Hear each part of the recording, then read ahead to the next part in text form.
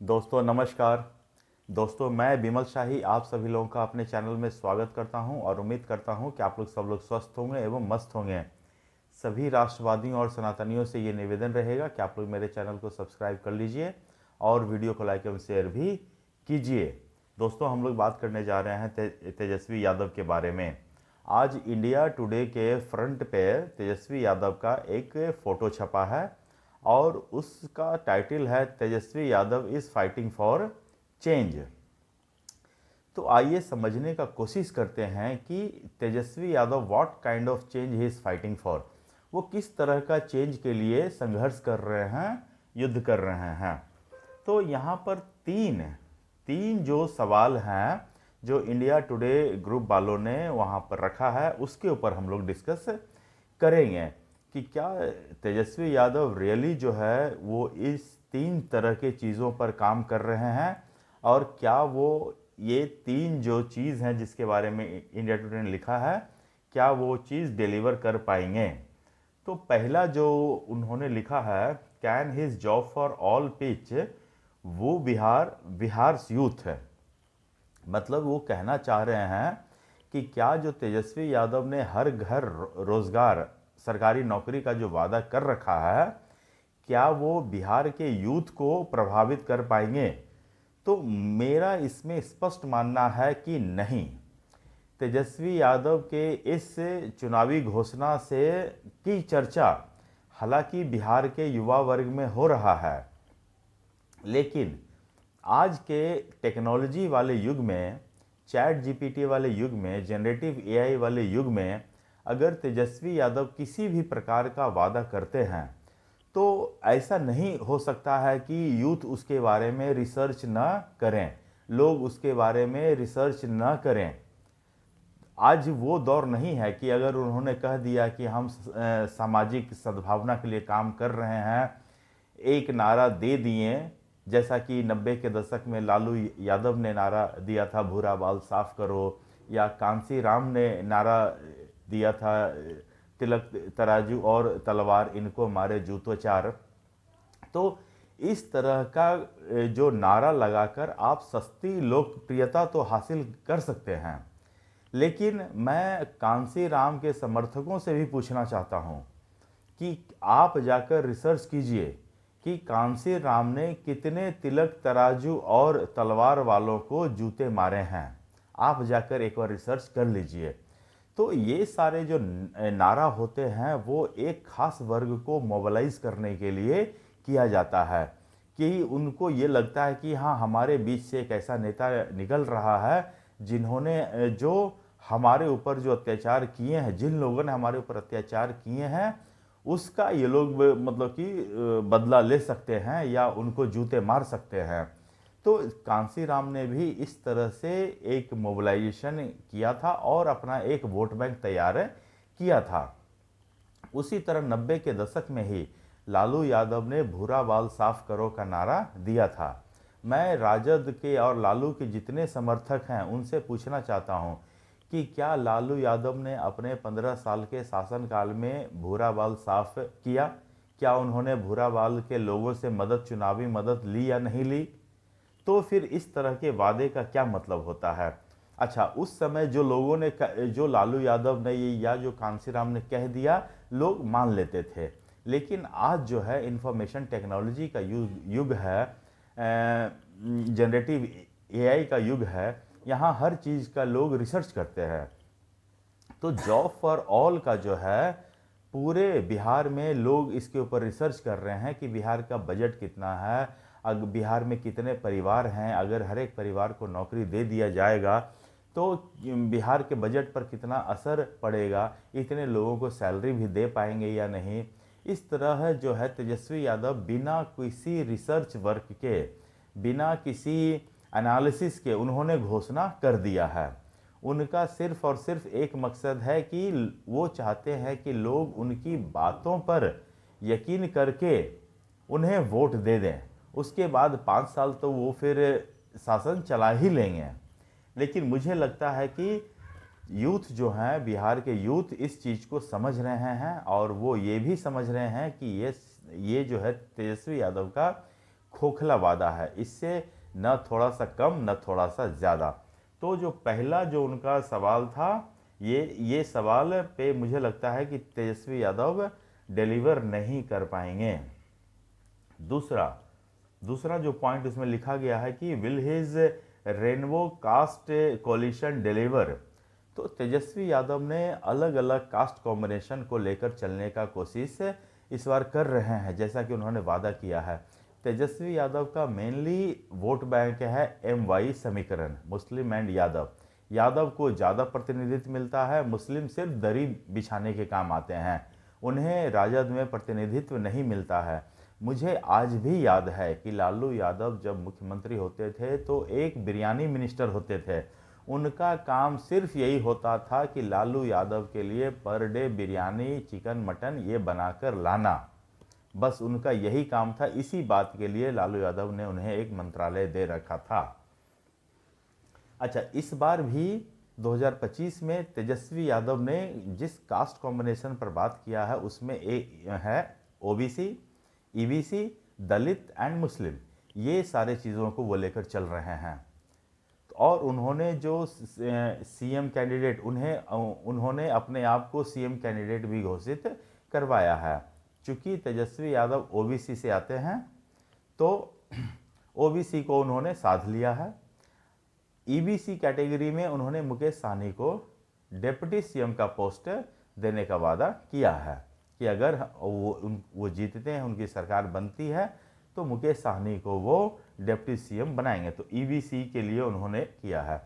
उसके बाद जब मुस्लिम्स और दलित वर्गों से सवाल उठने लगे कि क्या मुसलमान जो है सिर्फ दरी बिछाने के काम आएगा क्या, तो उसके बाद कांग्रेस वालों ने यही घोषणा किया है कि वो एक दलित डिप्टी CM भी बनाएंगे और एक मुस्लिम डिप्टी CM भी बनाएंगे। तो ये सारा जो है वो इक्वेशन लेकर चल रहे हैं। लेकिन मुझे जहाँ तक लगता है मुस्लिम वोट बैंक के ऊपर सबकी नज़र है, चाहे वो RJD हो, चाहे वो JDU हो, चाहे वो LJP हो या फिर जन सुराज हो। मुस्लिम वोट बैंक के ऊपर हर किसी की नज़र है। तो मुझे लगता है कि मुस्लिम वोट बैंक जो है वो बटेगा। AIM का भी नाम मैं उसमें लेना भूल गया हूँ। AIM भी मतलब कि 25 से 35 कैंडिडेट खड़ा किए हैं। तो मुझे लगता है कि एक अच्छी खासी संख्या में मुस्लिम वोट कटेगा। और जहाँ तक रहा दलित की बात, तो मुझे लग रहा है कि दलित को वो कुछ भी कर लें। दलित जो है, जिस तरह से RJD के लोग दलित के ऊपर अभी से ही बयानबाजी कर रहे हैं, उनके जो मनबढ़ू नेता हैं या जो छुड़भैया नेता हैं, वो अभी से ही जिस तरह से दलितों के बारे में बयान दे रहे हैं, ये उनके लिए ठीक नहीं है। और मुझे लगता है कि दलित हो न हो, अंततः वो BJP को ही वोट करेंगे। तो will his rainbow caste coalition deliver? No. इसका भी स्ट्रेट आंसर है नो। तीसरा जो सवाल है, can he shed the jungle raj image of Lalu's rule? इसका पहले मैं जवाब दे देता हूं, नो। तेजस्वी यादव एक बहुत बड़ा बैगेज अपने कंधे के ऊपर लेकर चल रहे हैं। वो बैगेज है लालू प्रसाद यादव का जंगल राज। तेजस्वी यादव आज कितना भी नौकरी की बात कर ले, रोजगार की बात कर ले, पलायन की बात कर ले, लेकिन दोस्तों सच्चाई तो यही है ना कि रोजगार के मामले में लालू प्रसाद यादव ने बिल्कुल बिहार के ऊपर ऐसा किया था कि उनके शासनकाल में रोजगार किसी को मिला ही नहीं, जितने सालों मुख्यमंत्री रहे। और रोजगार न मिलने के कारण उन्हीं के शासनकाल में पलायन भी स्टार्ट हुआ था।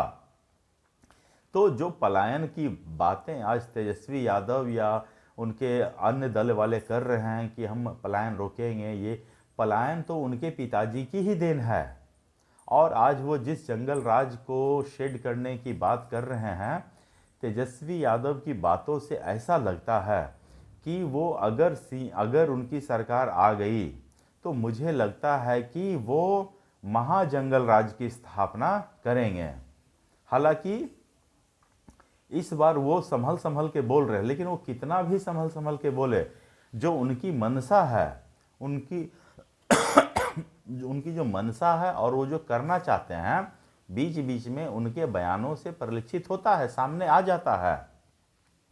वो अपनी सभा, हर सभा में कहते हैं ये बिहार है, ये सबक सिखा देगा। जिस तरह से वो कह रहे हैं कि बिहार को बिहार वाले चलाएंगे, गुजरात के लोग नहीं चलाएंगे।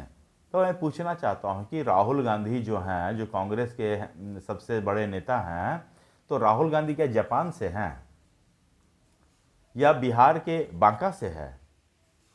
तो इस बात को भी बिहार के लोग काफ़ी भली भांति समझ रहे हैं। और जो नए पीढ़ी के लोग हैं, जो 2000 जेनजी वाले लोग हैं, जिन्होंने जंगल राज को नहीं देखा है, सिर्फ उन्होंने सुना है जंगल राज को, वो आज भी रिसर्च करते हैं कि जंगल राज कैसा था। और जो हमारी पीढ़ी के लोग हैं या जो हमसे एक पीढ़ी ऊपर के लोग हैं, जिन्होंने प्रत्यक्षदर्शी हैं इस जंगल राज के, हमने अपनी आंखों से देखा है जंगल राज को, अपने जंगल राज को हमने भोगा है। बिजली की स्थिति क्या होती थी, किस तरह से शाम के 6 बजे के बाद सन्नाटा होता था, सड़कों की क्या हालात होती थी, ये सब चीज़ हम लोगों ने अपनी ज़िंदगी में देखा है। और आज जो नीतीश कुमार के नेतृत्व में जो बिहार जो डेवलपमेंट कर रहा है, वो भी हमने अपनी आंखों से देखा है। बिहार किस तरह से चेंज किया है, फ्रॉम ज़ीरो टू यहाँ तक पहुँचे हैं, वो सब लोगों ने अपनी आंखों से देखा है। और तेजस्वी यादव को सत्ता देकर, गद्दी देकर, ये डेवलपमेंट के काम पर ब्रेक लगाने के लिए बिहार के लोग कम से कम अभी तो तैयार नहीं हैं। बिहार का जो एक बेस जो बनना होता है, वो बेस बन चुका है। अब यहाँ से आगे बढ़ने की बारी है। तो ऐसे में बिहार के लोग तेजस्वी यादव को गद्दी सौंप कर अपने पैरों पर कुल्हाड़ी कम से कम नहीं मारेंगे। और जहाँ तक रहा रोज़गार की बात, पलायन की बात, जंगल राज की बात, मुझे याद है कि लालू प्रसाद यादव ने अपने ज़माने में चरवाहा विद्यालय खोला था। चरवाहा विद्यालय खोला था कि जो बच्चे लोग हैं वो गाय भैंस चराते हैं, तो वो गाय भैंस भी चराएंगे और पढ़ाई भी करेंगे। और तेजस्वी यादव खुद 9वीं फेल हैं उनके, जबकि उनके माता पिता दोनों मुख्यमंत्री रहे थे। और तो क्या तेजस्वी यादव ऐसा राज स्थापित करना चाहते हैं बिहार में कि कोई बच्चा पढ़ ना पाए? तो ये सारा चीज़ है। और इंडिया टुडे जैसा बड़ा ग्रुप इस तरह की अगर आर्टिकल छापता है कि Tejashwi Yadav is fighting for change, not at all. Tejashwi Yadav is only fighting to get the power, that's it. वो चेंज के लिए लड़ ही नहीं रहे हैं। और लड़ना होता तो उनके जो अलायंस के लोग हैं उनमें एक समझदारी होती, एक अंडरस्टैंडिंग होती। लेकिन जिस तरह से राहुल गांधी कैंपेनिंग के लिए बिहार में उतरे हैं, पहले ही दिन राहुल गांधी ने अपने ही हिट विकेट कर लिया है। जब से उन्होंने ये कहा है कि छठ को उन्होंने ड्रामा बताया है, तो मुझे नहीं लगता है कि बिहार में एक भी जो जिसे आत्मसम्मान जिस बिहारी में होगा वो कांग्रेस को या आरजेडी को वोट करेगा। क्योंकि आपने देखा बिहार की आस्था छठ में है, बिहार की आस्था महाकुंभ में है। करोड़ों बिहार के लोग महाकुंभ गए हैं नहाने के लिए। और यही लालू यादव ने कहा था कि महाकुंभ फालतू है, और राहुल गांधी अभी कह रहे हैं छठ ड्रामा है। तो इस तरह के लोगों को बिहार के लोग जो है सत्ता में कभी वापसी होने नहीं देंगे।